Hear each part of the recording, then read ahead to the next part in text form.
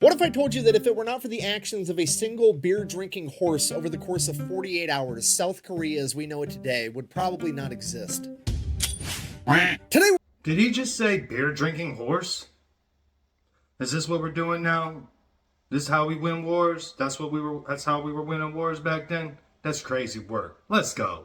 Today we're talking about the greatest war horse of all time, the highest ranking animal in Marine Corps history, and the hero of Outpost Vegas. Ladies and gentlemen, Sergeant Reckless.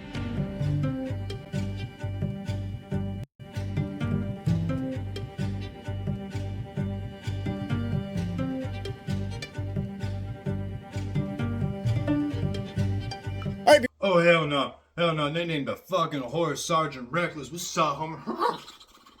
Sergeant Reckless reporting to duty, sir.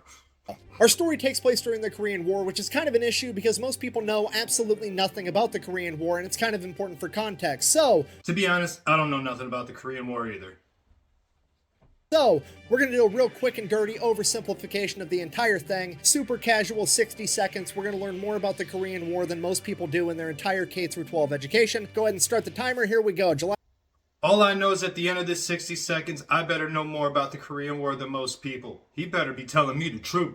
Just saying, don't be promising me a good time and then taking it away. Some bullshit. Go. July 25th, 1950. Communist North Korea, backed by Communist China and the Soviet Union, decides that they are going to attack South Korea and try to take over the entire peninsula. Over the course of the next 5 to 6 weeks, they would almost accomplish their goal, beating the South Korean military all the way to the base of the peninsula, and it is not looking good. But luckily, NATO shows up at the last minute to save the day. You shall not pass. The NATO forces are like 90% American, but there's also some British, some Canadian, some Australian, and like 12 other countries on top of that, and they have a huge amphibious landing in Incheon, and they proceed to turn the tables on the North Koreans entirely, beating them all the way back into North Korea, and then they continue to advance, beating them all the way up the peninsula and almost to the border of China. So now the Chinese government's kind of shitting their pants because NATO's like 30 miles off their border, and they can't have NATO coming up in their territory with their democracy and their human rights and their food. They've got to do something about this. So Yeah, no democracy, no human rights, no food. Don't do that. Just playing. Come on, man, China. Give these people some rights. Come on, man. Just saying. China comes out of left field with their big-ass military, joins the fight, takes NATO completely by surprise, beats them all the way back down the peninsula to pretty much the original North and South Korean border, and this is where our story begins. I'm not trying to brag, but that was under 60 seconds, and I got a Lord of the Rings reference in there. I'm having a really good day. You know what? I give it to him. That was under 60 seconds, and that Lord of the Ring reference allowed me to do my You Shall Not Pass. So I agree with him. It was a success. Good job, buddy.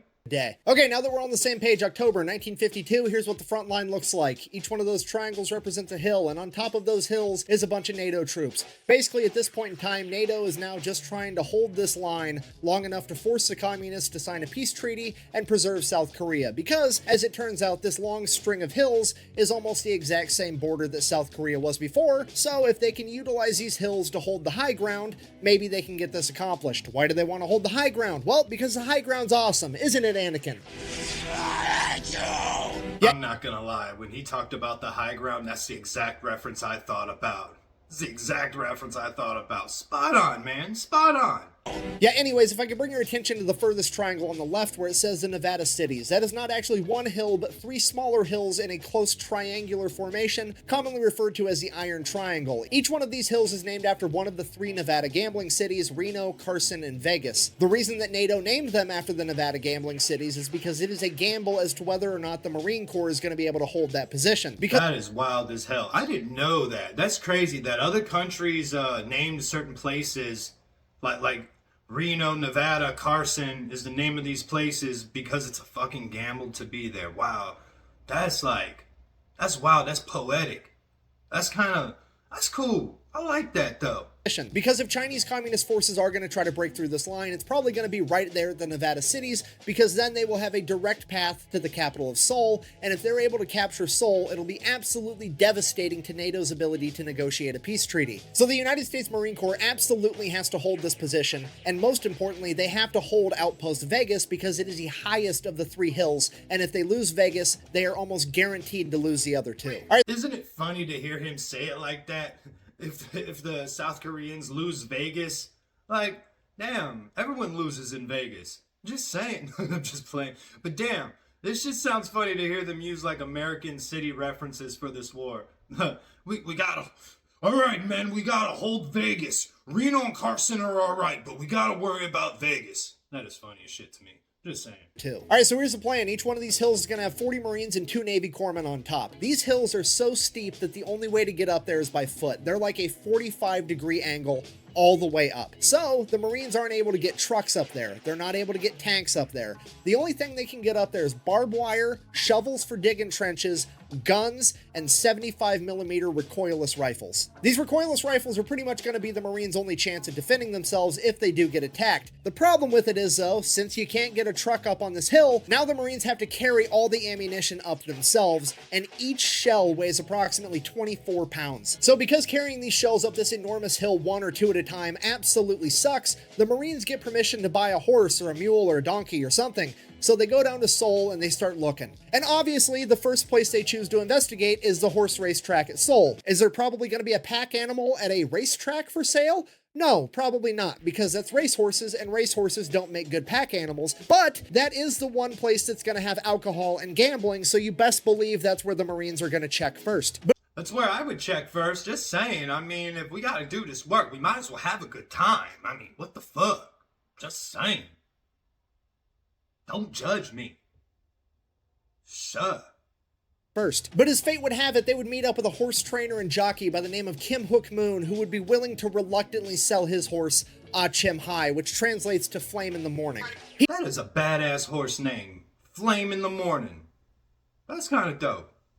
He absolutely did not want to sell this horse. He described it as the most beautiful and intelligent horse on the planet, but he did it for $250 because he had to buy his sister a prosthetic leg. I believe her name was Peggy, or was it Eileen?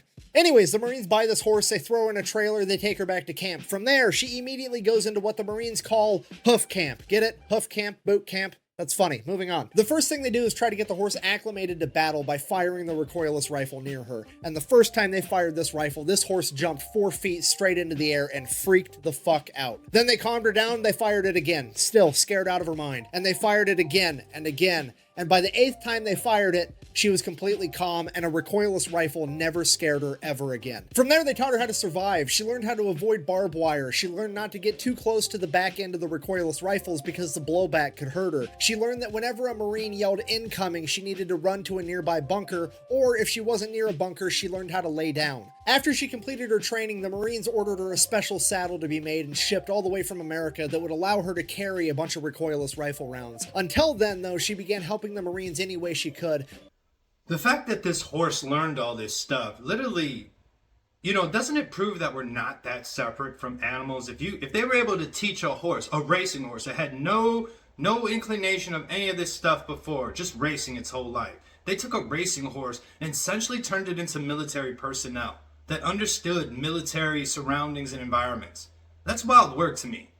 Fucking kudos to the horse. Mainly by helping string communications cable between the different outposts and the ammunition point, and she could string more cable than 10 men combined. At this point, the Marines really started to like this horse, so they decided they were going to give her a new name. Reckless, named after the recoilless rifles, which were commonly referred to as reckless rifles. And I ain't gonna front, if you're a horse and you're in the middle of a battle zone and you were never meant to be there, you were a racing horse that just brought in a moment's notice and taught all this shit, and you ain't freaking out and you're learning, you gotta be a little reckless. That fucking name is spot on, just saying. And from that point on, she just became another one of the guys, and that's exactly how the Marines started treating her. She began eating whatever the Marines were eating. She loved bacon and eggs, she loved beer, and apparently if you were ever having mixed drinks, Reckless would walk up to you, nudge you with her head, and stick out her lower lip, and let you mix a mixed drink directly into her mouth. Bro, perfectly in the military now. The fucking horse not only eats badly, but drinks, parties? Shit, it's an American now. We done turned the horse out. It's a full-blooded American out there. Hell yeah, we done turned it out. A Korean horse is a full-blown American. Just saying, eating bad food and drinking its nights away. Mouth. Then her special saddle shows up and she starts kicking ass on the battlefield. She delivers 6 rounds at a time, and she can make a trip from the ammo point to the firing position twice as fast as any man can, and he's only carrying 2 rounds. She delivers so much ammo that over the course of a couple battles, the Chinese actually start to target Reckless. And this ends up being a horrific mistake because the millisecond that Marine Corps leadership figures out that they're trying to target Reckless, they flip the script, turn around to the Marines, and they're like, boys, they're trying to kill Reckless so they can eat her because they're starving communists. At which point, all the Marines responded with, all right, men. They're coming to get Reckless. We're not gonna let him have him. Reckless is one of us. That's a shit-eating, beer-drinking, ammunition-carrying war machine. Reckless. Yeah. Hoorah.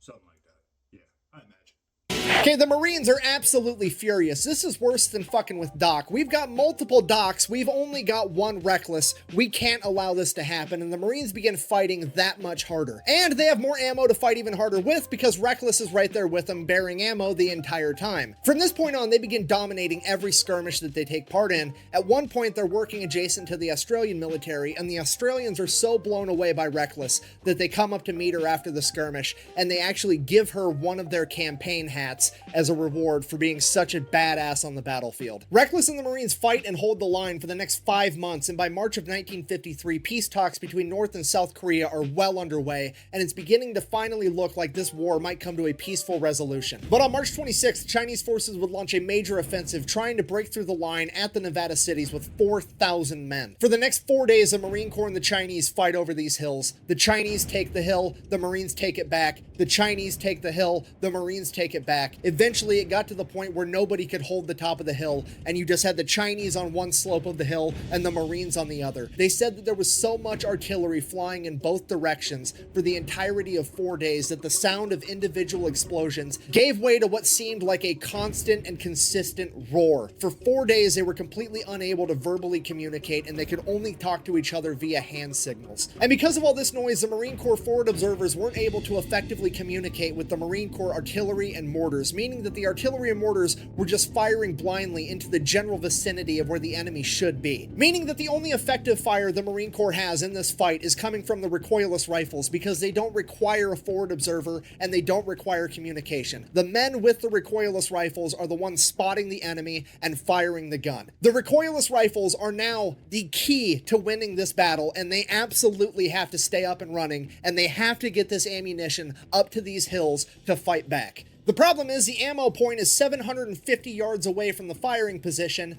up a 45-degree angle hill that is constantly being pounded with enemy artillery fire while it's also covered with smoke and white phosphorus. But that doesn't change the fact that the ammunition has to get there, so they load 8 rounds into Reckless's pack and they send her up the hill, and the men at the ammunition depot know that it's probably the last time they're ever going to see her again because they've just sent her off to her death. But despite that, she somehow makes it to the firing position. The Marines there unload the ammo and stick a wounded Marine on her back as they send her back down the hill, also feeling as though they're sending her to her death, and it's the last time they're ever going to see their favorite horse. But they're wrong. Over and over and over again, they're wrong, because every 20 minutes like clockwork, Reckless is back at the firing position, bringing more ammunition, and then she's back at the ammunition depot, dropping off wounded Marines. And she does this all day long, and with every trip she makes, she becomes less and less of a horse, and more the only sign of hope that these men have. Because of this little horse that's quite literally an animal of prey, whose only defensive measure to danger is to run away, can stand here and fight through all of this, then fuck,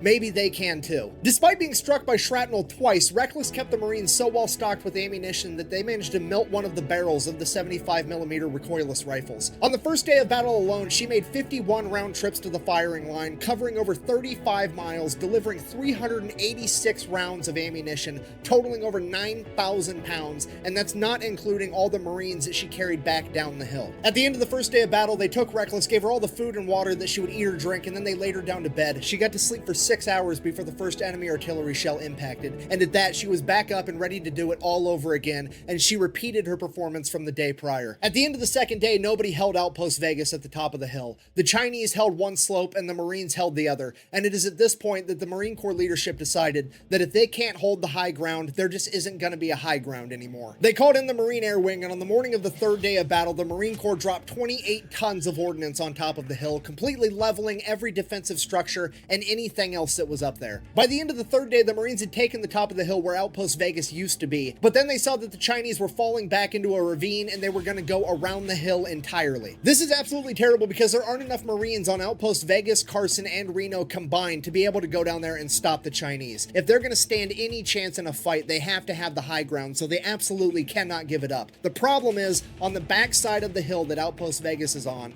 is where the ammunition depot is, as well as a mess tent that's been converted into an aid station with over 200 wounded Marines, and there's nothing that the Marines on top of the outpost can do to stop them. Then the Marines at Outpost Carson get an idea, and they send a runner with a note to the aid station as fast as they can. He gives the note to the commander of the aid station, who then tries to read the note to all 200 wounded Marines, but the artillery fire is so loud that he can't be heard. So he resorts to just handing the note to one Marine, who hands it to the next, and the next, and the next. And after reading the note, every Marine hangs his head for a second and gets on his feet, because the note reads, "Chinese coming around the hill, dropping smoke.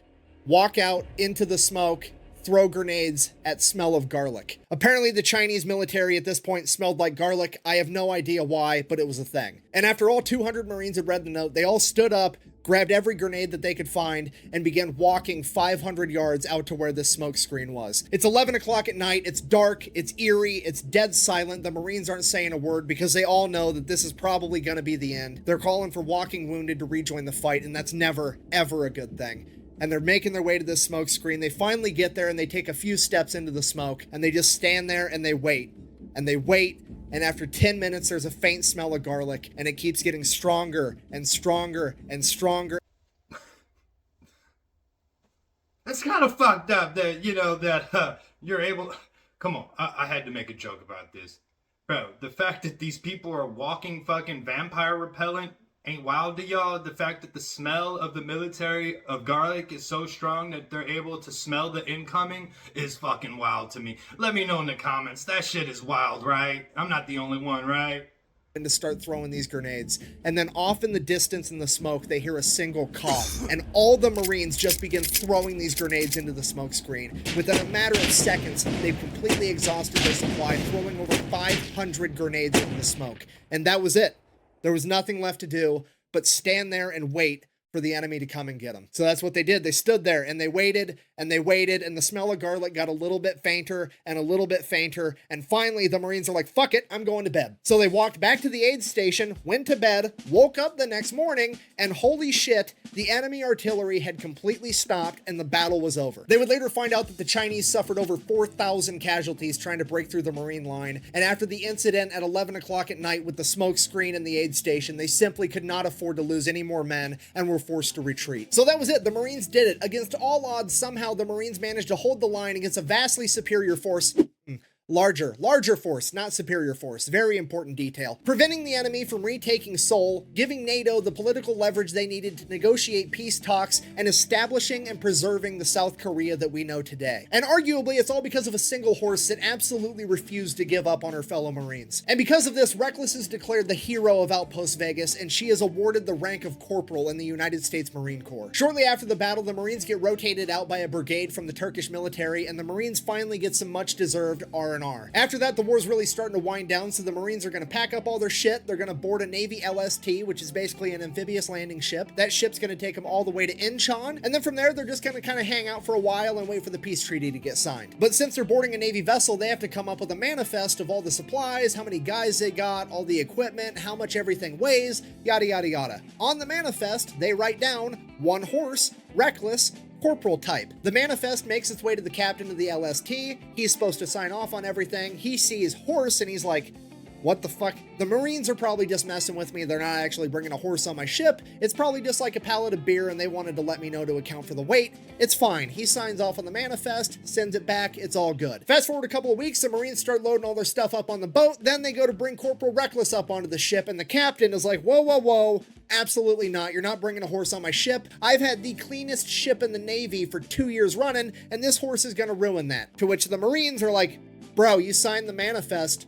This is happening, get over it. One thing leads to another. Corporal Reckless gets on that ship. Once they get Reckless, all the equipment and all the Marines on board, the ship takes off, and all the Navy members are kind of making fun of Reckless and the Marines because it's not normal for Marines to care this much about an animal, and they're not treating Reckless with the respect that she deserves. So, when they demand that Reckless gets fed bacon, eggs, and beer just like the Marines, the Navy absolutely refuses, and they said they're only going to give her cabbage and wheat. So that's what they do. This upsets Reckless's stomach, and she proceeds to shit all over this boat for the next 3 days. A couple days later, Reckless starts feeling better. They're almost to Incheon. They're about to port, get off this boat. Everything's going to be great. At this point, the Marine Corps officers have a brilliant idea. They decide, hey, us and our men just went through one of the bloodiest battles in American military history. The horse has been sick this entire time. You know what would make everybody a lot happier? If instead of just parking the fucking boat and getting off like normal people, what if we did an amphibious landing? You know,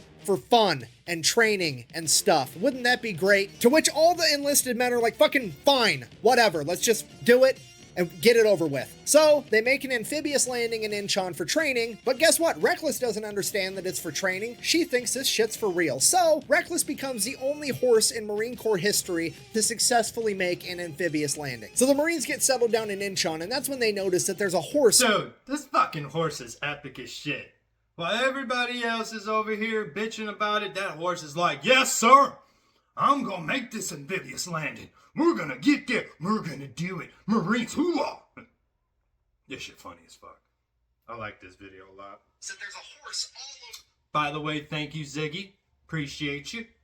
Over the news. It's in every newspaper, it's in every magazine, it's on every radio broadcast. The entire world is talking about this horse, but it's not Corporal Reckless. It's some horse over in America called Native Dancer. It's the greatest horse in the world. It's going to win the Kentucky Derby, blah, blah, blah. And the Marines are kind of getting pissed because they know for a fact that they have the best horse in the world, and it's Corporal Reckless, not Native Dancer. And the Marines are willing to put their money where their mouth is because they pull together over $25,000, which is like over $250,000 in today's money. And they publicly offer it up as a wager to the owner of Native Dancer. Hey, bring your horse over to South Korea, beat Reckless in a race, and you can have the money. But this wasn't just going to be any race. This was going to be called the Paddy Derby. It was a 1.5 mile course uphill through rice paddies, and each horse wasn't going to have a rider, and they were going to have to carry 192 pounds of ammunition. Unfortunately for everybody, Native Dancer's owner decided that they were not going to partake in this competition, so now the Marines kind of just hung out until the end of the war. Then the order comes down, hey, pack your shit, it's time to go home. The Marines are like, cool, great, grand, wonderful, how are we going to get Reckless home? At which point the leadership over at the Marine Corps is like, well,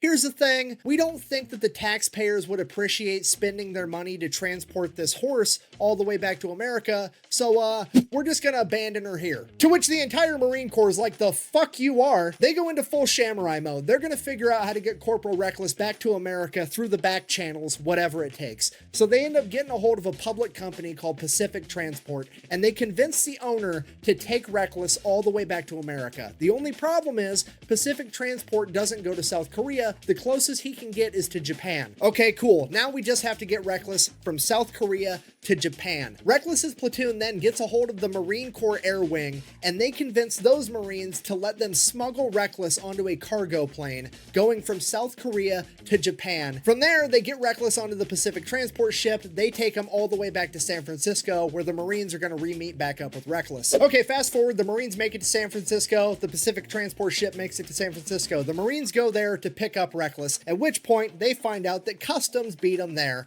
and Customs called the Department of Agriculture, and the Department of Agriculture said, we're going to have this horse destroyed because she could have diseases. The Marines then explained to this guy from the Department of Agriculture, look, this is a war hero, you're not killing this horse, she's coming with us. At which point, the Department of Agriculture guy is like, oh no, she's staying here and we're going to have her destroyed. Now, the Marines are kind of looking around at each other, they're looking at this pencil pusher from the Department of Agriculture, and the Marines, without saying a word, have just communicated with their eyes, we're actually going to have to kill this guy and hide the body. Department of Agriculture guy is finally starting to piece together how quickly and how far this might escalate, and he finally comes to his senses and he's like, okay, look, maybe, just maybe, I'll take a blood sample, I'll take it to the lab, and if she doesn't have any diseases, we'll release her.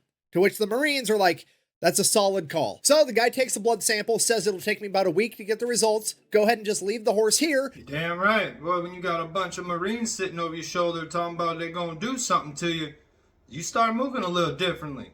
and just leave the horse here, you guys can head out. At which the Marines said, nah, we're gonna stay with the horse. And the agriculture guy is like, that's not necessary. And the Marines are like, oh, yeah, it is. Because at this point, the Marines have come to the conclusion that the communists were trying to kill Reckless for food, and American bureaucracy is trying to kill Reckless just for fun, and they cannot let her out of their sight ever again. So, agriculture guy gets a blood sample, he leaves, the Marines hang out with the horse for a little while, and then they're like, oh, hey, there was a Marine Corps ball tonight. Reckless is a Marine. Let's go. Then they smuggled Reckless out of the ship. Then they smuggled her out of the port. Then I want to say something, man.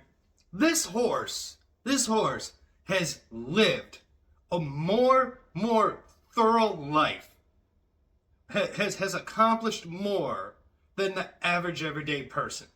Let me know in the comments if you think I'm wrong. I really feel like this horse in its short little span has done more for humanity than most people do in their lifetime. Let me know what you think in the comments. smuggled her out of the port. Then somehow they got her all the way across San Francisco, into the building, up the freight elevator, and they made it to the Marine Corps ball. Reckless walks in, and she has just given every Marine in that room the excuse they were looking for to get absolutely hammered. Everybody's drinking beer, eating cake, including Corporal Reckless, and Reckless is also eating all the flower decorations. It's a great time. Everybody wakes up the next morning, super hungover. They all go out, they get breakfast, bacon, eggs, give some to Reckless. Now, here's the problem. They kind of have smuggled this horse out and they don't know what to do with it. They also can't let the government find out where the horse is because the government is actively trying to destroy her for no reason. Then, once Reckless gets to Camp Pendleton, the American public finds out that Reckless made it home and everybody's super pumped. They want to know all about it. The news is getting involved. America's celebrating because fucking America's warhorse made it home. This is awesome. At which point, the high-ranking Marine officers that were going to abandon her are like, holy shit. Wow. What a great idea. You guys smuggled her all the way here, and we're just going to take credit for it because this is going really well for us. We had no idea that the American public would be okay with us doing the right thing and bringing a war hero home. We thought the American public wanted us spending millions and billions of dollars teaching fucking pigeons how to drive missiles and strapping napalm bombs onto bats and shit. We had no idea that doing the right thing would be so popular. So then they throw a big parade, they have a big ceremony. Reckless gets promoted to E5 sergeant in the Marine Corps. They hook her up with this cool ass blanket. She gets awarded 2 Purple Hearts, 1 for each piece of shrapnel she took during the Battle of Outpost Vegas. It's a huge deal. Hell yeah, she got 2 Purple Hearts. Not 1, but 2 of them bitches. But that's a war hero, son. Huge deal. She starts doing commercials, endorsements. The rule with that was she doesn't work for free. She's willing to do charity events for free. Anything else, if somebody wanted her to endorse a product, it had to be a product she actually liked. If it was food, it better be food she liked. If it was a drink, it better be a drink that she liked drinking. Otherwise, she wasn't going to do it. And those companies had to pay $1,000 for the privilege of working with Sergeant Reckless, and that money went to a charity for the Marine Corps. And here's the thing with Reckless being a sergeant. Most animals are like, oh, they're such and such rank, they're this rank, but they're not actually that rank. It's just like a symbolic thing. With Reckless, it was not a symbolic thing. The Marines treated her like she was truly and legitimately a sergeant in the Marine Corps. Nobody that was a lower rank than her was allowed to give her orders or tell her what to do, okay? If the privates were standing around eating food and stuff, and Reckless wandered up and nudged one, that was an order to share some food, and that private needed to obey it. That is fucking awesome. The horse outranks you, so you gotta fucking bend to the horse's will. That is amazing. Hey, the horse deserved that. That's a war hero. 2 Purple Hearts, remember? And the fact that, hey, bro, the horse walks up to a private, yo, homie. Yo, food check, homie. Nudge, nudge. Wink, wink. Know what I mean? Know what I mean? That means get the fuck up and hand me your plate, son. Try to give me 30, son, because I'm taking that plate, son.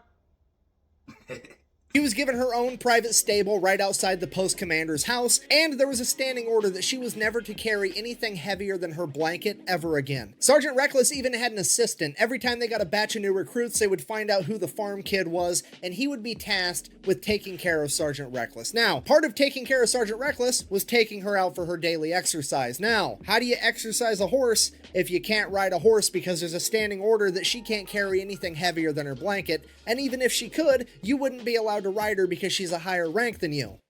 I have no idea. Neither did the Marine Corps, so they told this private, fucking figure it out. So this kid just had to start running next to Reckless 5 miles a day every day. And this pattern carried on. Every time a new kid came, he just started running 5 miles a day with Reckless, and it became a running joke. Jesus Christ, literally a running joke, that whoever was taking care of Reckless was the most in-shape Marine in the Marine Corps. After a little while, the PR started to die down, but the high rank... You know what? That's amazing. This horse, you know, was just at some, you know, South Korea racing track, and they just, you know, picked it up and turned it into a Marine. Not even just a fake, commemorable Marine, but an actual Marine of rank. The fact that people of lower rank can't tell it what to do. The fact that if it comes up and budges you while you're eating, you got to give up your plate because that's a direct order. That is funny shit to me. I appreciated this video. I want to give a shout out to my friend Ziggy who showed me this video, who offered for me to react to it. But this was amazing. This horse is a definite hero. And the name is fucking solid, Reckless. You got to be reckless as hell to walk through war. You know, think about how long it would take to get you used to listening to gunfire. After 8 rounds, this fucking horse was ready and willing, and let's go. So, I don't know. I think this was an amazing story. What do you guys think about it in the comments? Let me know. Would you take orders from a horse that outranked you? I appreciate y'all. Till the next time. Peace.